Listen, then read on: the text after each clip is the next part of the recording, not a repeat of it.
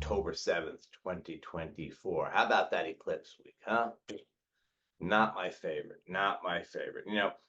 I did not see, and I would not see that it was going to be quite that intense. You know, solar eclipse. It was going to be a little intense, yeah. Lots of heaviness though. A lot of deaths, and I'm not that astrologer, but a lot of astrologers would say that lots of deaths happen around eclipses. In the public arena, of course, we had Pete Rose and John Amos and Chris Christopherson, among many others. People die all the time. It's not when I you can't blame the eclipse on that. People die all the time, but things become a little bit more prominent. Uh, and I've seen too, like among friends, family, community, clients, very much the theme of the week.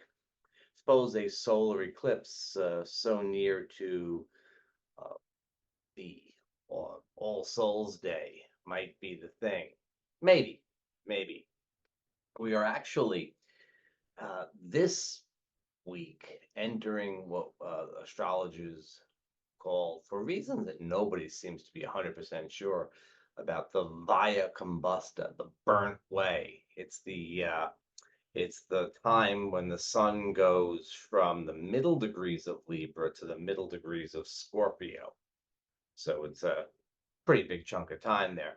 And it is called the burnt way. They don't really offer a lot of other stuff about that, but it doesn't sound like doesn't sound like the sort of thing you'd see on a Candyland board, if you get my meaning. It's just a bit of a thing. But I'm a Leo, so I feel that on this time of year, it's not the easiest in some ways.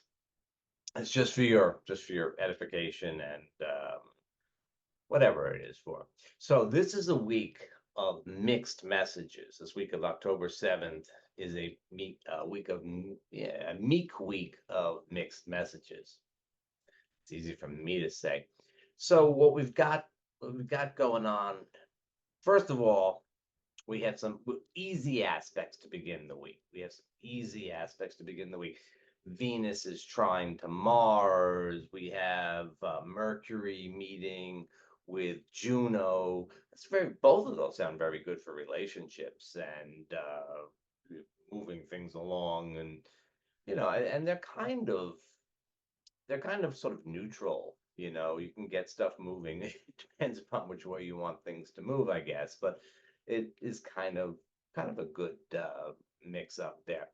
And this is all as we approach Jupiter's station to retrograde at the earliest hours of Wednesday.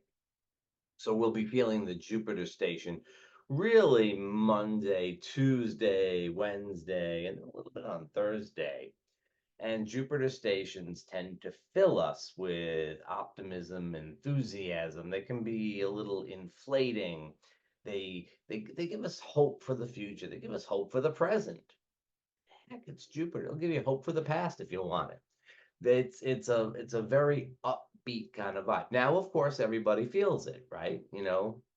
Everybody feels it. So if you're positive and contributing good stuff, you feel it. If you're a jerk, you feel the same thing too. You think everything is great and we're going to work everything out and it's going to be wonderful. People get a little bit extra, but it's generally speaking a positive kind of vibe.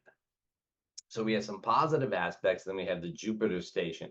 Now, Jupiter station into retrograde in Gemini, where he's not exactly thrilled, but it's okay. It's okay. You still feel the jovial vibe, right? You still feel this kind of like, okay, it's going to be good. It's going to be okay. And we all get a little influx of Jupiter. If you are a Gemini, especially good. If you are a Libra or an Aquarius, I think you'll really be feeling it also a little bit more than everybody. But everybody's going to be feeling it. So the air signs, though, really get a nice breath of fresh air with Jupiter stationing in Gemini. I'm going to say Jupiter stations in Gemini very, very close to Juno. In mythology, Jupiter and Juno are spouses, husband and wife. Well, you know what spouses are. Um, well, husband and wife in this case, at any rate. So Jupiter and Juno, they have a kind of contentious type of relation in mythology. There's Jupiter was not known for faithfulness, and Juno was and is, right? So Jupiter, expansion, opportunities, and Juno, the asteroid Juno now, partnership, commitment, and that the two things are harmonizing well in this at Jupiter's station when he's very powerful. Well, it should be interesting. It should be interesting for folks that are in a relationship that is at a tipping point. You've heard me say that a few times in recent days, recent weeks, and you'll hear me say it again as we go through October. Juno is very busy, as is Venus. Anyway, the feel for this, though, is this kind of, if you're ready to get things moving, you can. Mercury is conjunct Juno. Then Jupiter goes on to trine Juno, and they really have that. They've got a story to tell. They've got a real relationship, and this is a positive kind of energy, probably positive. Uh, Astrologically, I guess it'd be positive. Um, if you're not at a tipping point, it's probably just nice. It's probably just nice. If you're in a relationship, it's probably just nice. Or Jupiter in a nice trine to Juno could give you the feeling, and Juno in Libra, kind of the partnership sign these days. It did sort of suggest that there's hope for the future anyway. Even if you don't have anything going on. Venus trine Mars, the Juno stuff should be good. Lots of us don't really have, that's not necessarily going to be your focus. But the Jupiter station still kind of gives you that upbeat, positive energy. And then Pluto stations to retrograde on Friday. And that's a very different vibe. That is very different indeed. So, what's up with that? Well, when Pluto stations, everybody kind of wants to have the power. You feel this sort of, remember the eclipse energy from last week, the solar eclipse energy. It's like that again. Pluto stations have that kind of calm before the storm, the impending, somewhat implosive energy. People are kind of drawn in, but a little bit ready to spring. There's a little bit of, ominous kind of feeling for no particular reason. And, almost certainly not going to manifest for most of us in anything that is all that dramatic. But, sometimes you feel it, you just feel like there's a little something that might be, a little off. You just feel a little weird about things sometimes. Indeed, if there is a power struggle going on, it's going to be hotter at Pluto's station. So kind of keep that in mind. Mercury goes on as the weekend proceeds. Mercury goes on to square Pluto. Now, Pluto's at the very last degree of Capricorn, very last degree of Capricorn. That means that Mercury's at the very last degree of Libra. Mercury in Libra, the diplomat, right? Mercury in Libra is the diplomat, is trying to get the message across in a fairly nice way. And Pluto is not really interested in such things. Pluto just wants to get to the point. Um, it could involve, and I mean, it does happen on the weekends. So in our personal lives, whatever happens in the collective, but that's a Plutonian show day and night, 24/7, 365, as they say. But in our personal lives, if there could be a little bit of this kind of,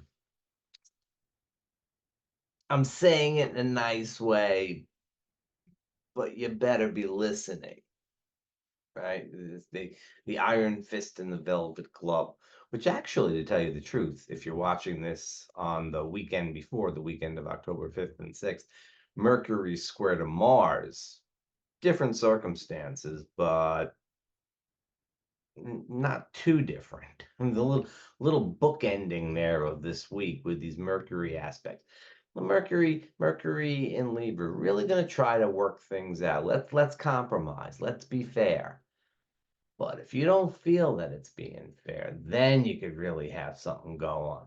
So just be aware of that. The upbeat, optimistic energy that begins the week, particularly Monday, Tuesday, Wednesday, um, shifts over to this Plutonian vibe, and things get a little bit more serious towards the weekend.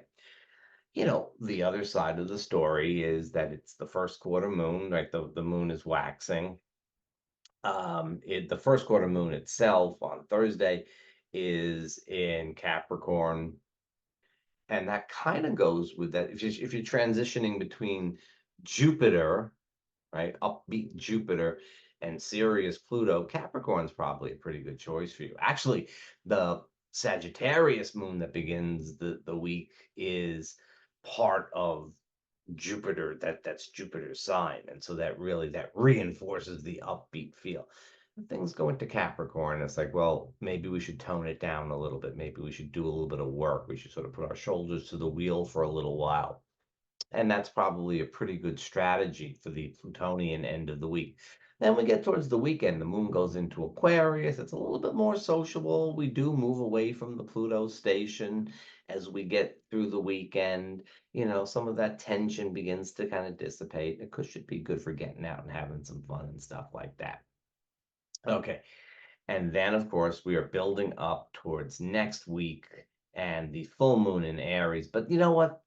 When that happens? That happens next week. And so that's when we're going to talk about it, because we got enough things to think about for this week.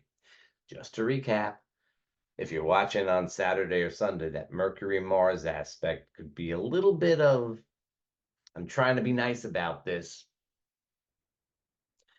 And then really Monday, Tuesday, Wednesday, it's all Sagittarius, it's all Jupiter, it's the beginning of the week. And that it should fall on a weekend wouldn't be the end of the world, but have a good start to the week.